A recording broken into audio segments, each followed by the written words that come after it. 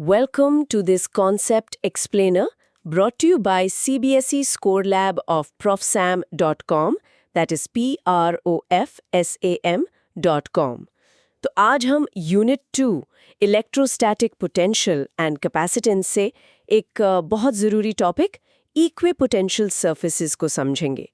इसे इतने सिंपल तरीके से समझाऊंगी कि डर हमेशा के लिए खत्म हो जाएगा। और एग्जाम में पूरे मार्क्स आएंगे? बिल्कुल, और एग्जाम में पूरे मार्क्स आएंगे। इस टॉपिक को लेकर ना हमेशा थोड़ा सा कंफ्यूजन रहता है। हाँ, खास करके इसके डायग्राम्स और प्रॉपर्टीज को लेकर। एग्जैक्टली। बट आई प्रॉमिस आज के बाद सारे डाउट्स क्लियर हो जाएंगे। चलो एक सवाल से शुरू करते हैं जो मतलब हम सबने देखा है। बिजली की जो हाई पावर तारें होती हैं उन पर पक्षी आराम से बैठे रहते हैं। उन्हें करंट क्यों नहीं लगता? लेकिन अगर कोई इंसान जमीन पर खड़े होकर उसी तार को छू ले तो उसे एक बहुत बुरा फेटल शॉक लगता है। ऐसा क्यों? हाँ, ये सवाल तो मेरे दिमाग में भी कई बार आया है। एक छोटा सा पक्षी सेफ है, पर इंसान के लिए वही तार इतनी खतरनाक कैसे हो जाती है? इसका जवाब हमारे आज के टॉपिक में ही छिपा हुआ है, इक्विपोटेंशियल सर्फेसेस। और एक और सरप्राइजिंग एग्जांपल देती हूँ। कभी सोचा है कि जब आसमानी बिजली किसी कार पर गिरती है तो अंदर बैठे लोगों को कुछ क्यों नहीं होता? नहीं, ये तो नहीं सोचा। कार की जो मेटल बॉडी है ना, वो एक सुरक्षा कवच, एक शील्ड की तरह काम करती है। अच्छा। ये भी इसी कॉन्सेप्ट से जुड़ा है। मतलब कार एक फैराडे केज की तरह काम करती है। मैंने ये टर्म सुना है। एग्जैक्टली, बिल्कुल सही। फैराडे केज का कॉन्सेप्ट ही यही है। एक मेटल का खोखला कंडक्टर जैसे कार की बॉडी अपने अंदर की स्पेस को बाहरी इलेक्ट्रिक फील्ड से पूरी तरह शील्ड कर लेता है। तो अंदर इलेक्ट्रिक फील्ड जीरो हो जाता है। जीरो। इसलिए इंसान सेफ रहता है। और ये काम कैसे करता है वो हम आज समझेंगे। चलो अब बिल्कुल जीरो लेवल से शुरू करते हैं। इक्विपोटेंशियल सरफेस, नाम में ही इसका मतलब है। इक्वी यानी इक्वल और पोटेंशियल यानी इलेक्ट्रिक पोटेंशियल। तो ऐसी सरफेस जहां पोटेंशियल इक्वल हो। सिंपल, ये एक ऐसी इमेजिनरी सरफेस है जिसके हर एक पॉइंट पर इलेक्ट्रिक पोटेंशियल की वैल्यू बिल्कुल सेम यानी कांस्टेंट होती है। मतलब उस सरफेस पर कहीं भी चले जाओ, इलेक्ट्रिकल लेवल चेंज नहीं होगा। बिल्कुल नहीं होगा। इसे समझने के लिए सबसे अच्छी एनालॉजी है पहाड़ों के मैप पर बनी कॉन्टोर लाइंस। ओके। जैसे एक कॉन्टोर लाइन पर जितने भी पॉइंट्स होते हैं वो सब समुद्र तल से सेम ऊंचाई पर यानी सेम एल्टीट्यूड पर होते हैं। सही है। वैसे ही एक इक्विपोटेंशियल सरफेस पर हर पॉइंट का इलेक्ट्रिक पोटेंशियल सेम होता है। ओके, तो जैसे कॉन्टोर लाइन पर चलने से ना हम ऊपर जाते हैं ना नीचे, हम सेम हाइट पर रहते हैं। तो क्या इसका मतलब ये हुआ कि एक इक्विपोटेंशियल सरफेस पर किसी चार्ज को एक जगह से दूसरी जगह मूव करने में कोई काम नहीं करना पड़ता? एग्जैक्टली, तुमने बिल्कुल ठीक पकड़ा। वर्क डन नहीं होता। वर्क डन जीरो होता है? जीरो, क्योंकि वर्क डन का फॉर्मूला क्या होता है?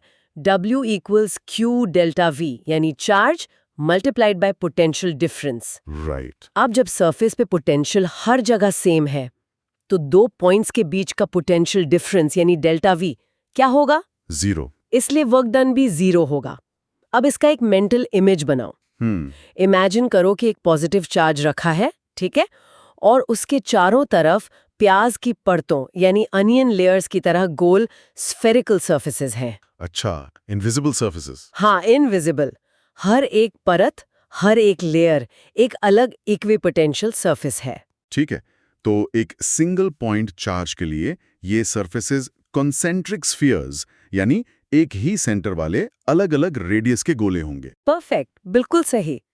अब चलो देखते हैं कि एनसीईआरटी इसे फॉर्मली कैसे डिफाइन करती है। जरा एनसीईआरटी की डेफिनेशन पढ़ना। Okay.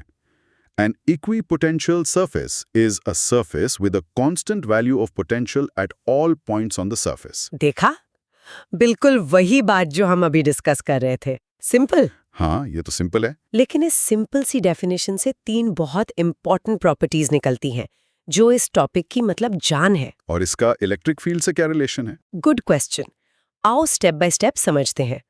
प्रॉपर्टी नंबर 1 तो डेफिनेशन ही है।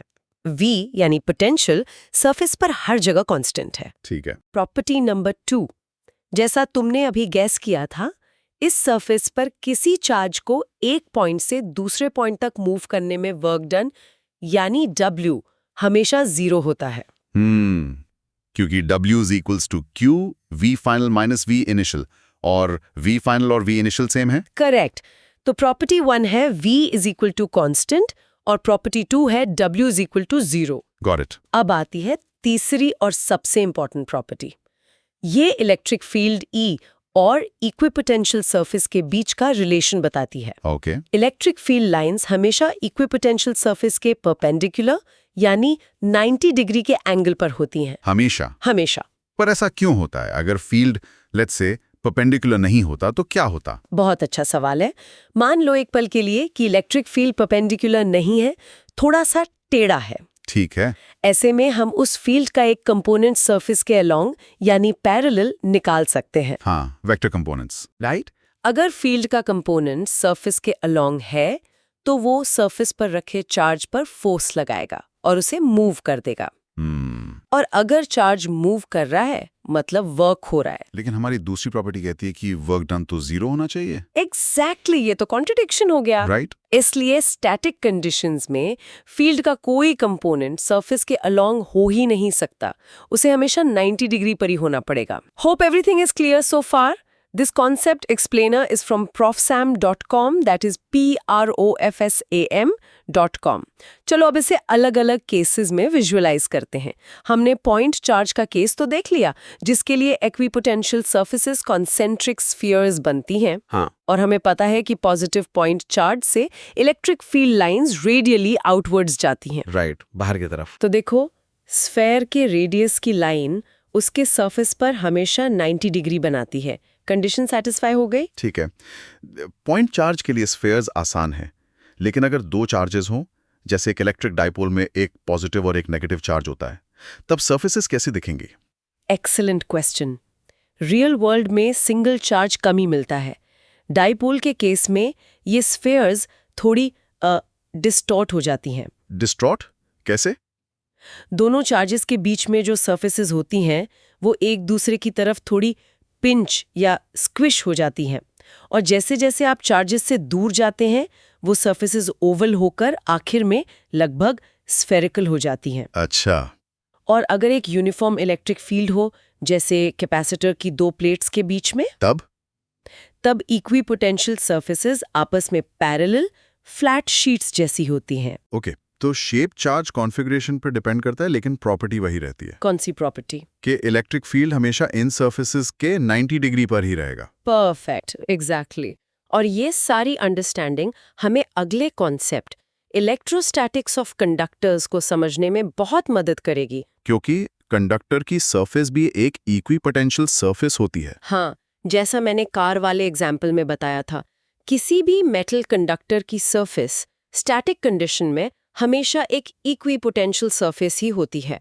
अब आते हैं उस गलती पर जो अक्सर स्टूडेंट्स करते हैं और मार्क्स कटवाते हैं। ओके, ये इंपॉर्टेंट है। कई स्टूडेंट्स ये सोचते हैं कि दो इक्विपोटेंशियल सरफेसेस एक दूसरे को काट सकती हैं, इंटरसेक्ट कर सकते हैं। हाँ, शायद इसलिए सोचते होंगे क्योंकि I don't know, magnetic field lines नहीं, वो भी नहीं करती। तो ये कंफ्यूजन क्यों होता है? कंफ्यूजन हो जाता है, लेकिन ये बिल्कुल गलत है। सोचो, अगर दो अलग अलग इक्विपोटेंशियल सरफेसेस, मान लो एक 10 वोल्ट वाली और एक 20 वोल्ट वाली, एक दूसरे को काटती, तो उनके इंटरसेक्शन पॉइंट का पोटेंशियल क्या होता? उस पॉइंट पर पोटेंशियल 10 वोल्ट भी होता है और 20 वोल्ट भी, जो कि इम्पॉसिबल है। एक पॉइंट की दो अलग अलग पोटेंशियल वैल्यूज नहीं हो सकती। बिल्कुल सही। ये ऐसी ही बात है जैसे मैं कहूं कि एक ही जगह समुद्र तल से 100 मीटर की ऊंचाई पर भी है और 200 मीटर की ऊंचाई पर भी। It's not possible. राइट। इसलिए याद रखो, two equipotential surfaces can never intersect each other. ठीक है, ये अब हमेशा याद रहेगा। एक पॉइंट का एक ही पोटेंशियल हो सकता है, इसलिए सरफेसेस कभी क्रॉस नहीं कर सकती। और अब हम अपने शुरू के सवालों पर वापस आते हैं।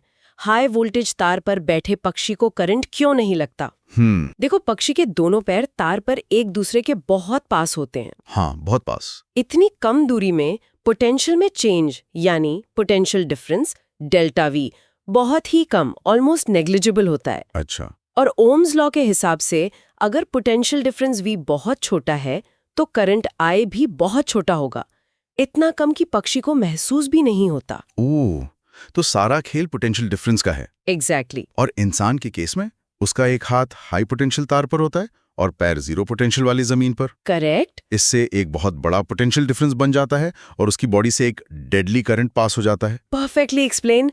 चलो अब इस सब को याद रखने के लिए कुछ मेमोरी एंकर्स बनाते हैं। ठीक है। एक सिंपल फ्रेज है always cross at 90। Always cross at 90। इसका मतलब है कि इलेक्ट्रिक फील्ड लाइंस हमेशा इक्विपोटेंशियल सर्फेसेस को 90 डिग्री पर क्रॉस करती हैं। सिंपल और इफेक्टिव है। और एक फिजिकल जेस्चर भी है। अपने एक हाथ को आगे फ्लैट रखो। ओके। ये है तुम्हारी इक्विपोटेंशियल सरफेस। अब दूसरे हाथ से एक पेन को इसके ऊपर बिल्कुल सीधा 90 डिग्री पर रखो। ऐसे। हाँ, ये पेन है इलेक्ट्रिक फील्ड।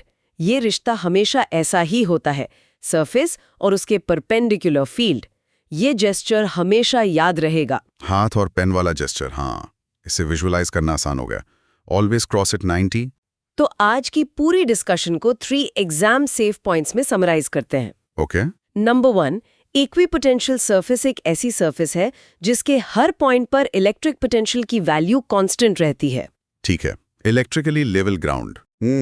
नंबर 2, इस सरफेस पर किसी चार्ज को एक पॉइंट से दूसरे पॉइंट तक मूव करने में किया गया वर्क डन हमेशा 0 होता है। सही है। इस ग्राउंड पर चलने में कोई एनर्जी नहीं लगती। And number 3, electric field lines हमेशा इक्विपोटेंशियल सरफेस के परपेंडिकुलर यानी 90 डिग्री के एंगल पर होती हैं। और इस ग्राउंड से इलेक्ट्रिक फील्ड हमेशा सीधा ऊपर की तरफ निकलता है। परफेक्ट समरी, बिल्कुल क्लियर हो गया। चलो, इससे पहले कि हम रैप अप करें, एक छोटा सा विचार छोड़ जाता हूं। हमने बात की कि ये सर्फेसेस इनविजिबल होती हैं। तो सोचो, माइकल फैराडे जैसे शुरुआती साइंटिस्ट ने इन इनविजिबल फील्ड्स और सर्फेसेस को पहली बार देखा कैसे होगा? उन्होंने क्या इंजीनियस एक्सपेरिमेंट्स किए होंगे इस अनसीन दुनिया को मैप करने के लिए? 12 CBSE फिजिक्स, केमिस्ट्री और मैथ्स में मैक्सिमम मार्क्स लाने के लिए profsam.com पर विजिट करें। That is PROF SAM, right? Yes, PROFSAM.com।